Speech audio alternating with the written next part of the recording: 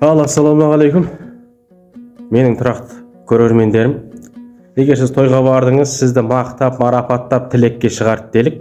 Сол кезде сіз асабаға рахмет айтудың қажеті жоқ. Көп кісілер жіберетін қателік осы: асаба төс бергеніңізге рахмет. Оның міндеті ол сол үшін ақша алады. Енді біріншіден, екіншіден, сіз тілек айтатын кезде микрофонды мінекей, мына аузыңызға жақын ұстаңыз.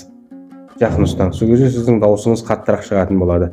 Одан кейін, мысалы, қазір мен үйлену тойға тілек айтып берейін. Өте қысқа әрі нұсқа. Мысалы, құдаңыздың тойына бардыңыз, айналайын құдағи, мінекей, үй ішінен үй тігіп жатыр екенсіз. Үйіңіз зәулім сарай болсын. Сол үйдің іші мұрагерге, қорасы құлагерге тола берсін, Құдай қаласа. Сол мұрагерлердің сүндет тойында, сол мұрагерлердің бесік тойында кездесуді сізбен бізге нәсіп етсін. Еліміз аман, жұртымыз тыныш болсын. Той барша отырған осында кісілерге жұғысты болсын. Себебі баға ауысады, ырыс жұғысады деген той баршаңызға жұғысты болсын. Мен сіздерді көріп, осындай тойда қауышып отқаныма қуаныштымын. Рахмет.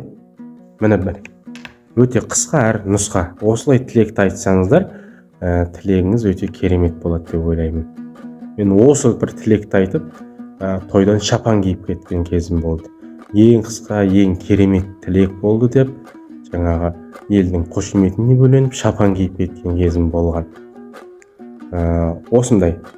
Түсіндіңіздер ғой, кез келген тақырыпта, кез келген тойға тілек менің осы видео каналымның ішінде бар. Кез келген тойға тілек табасыздар. Егер таппаған болсаңыздар, осы видеоның астына комментарий жазып, осындай тойға тілек айтыңызшы десеңіз, оны да орындайтын боламыз. Аман болыңыздар, каналға тіркелуді ұмытпаңыздар.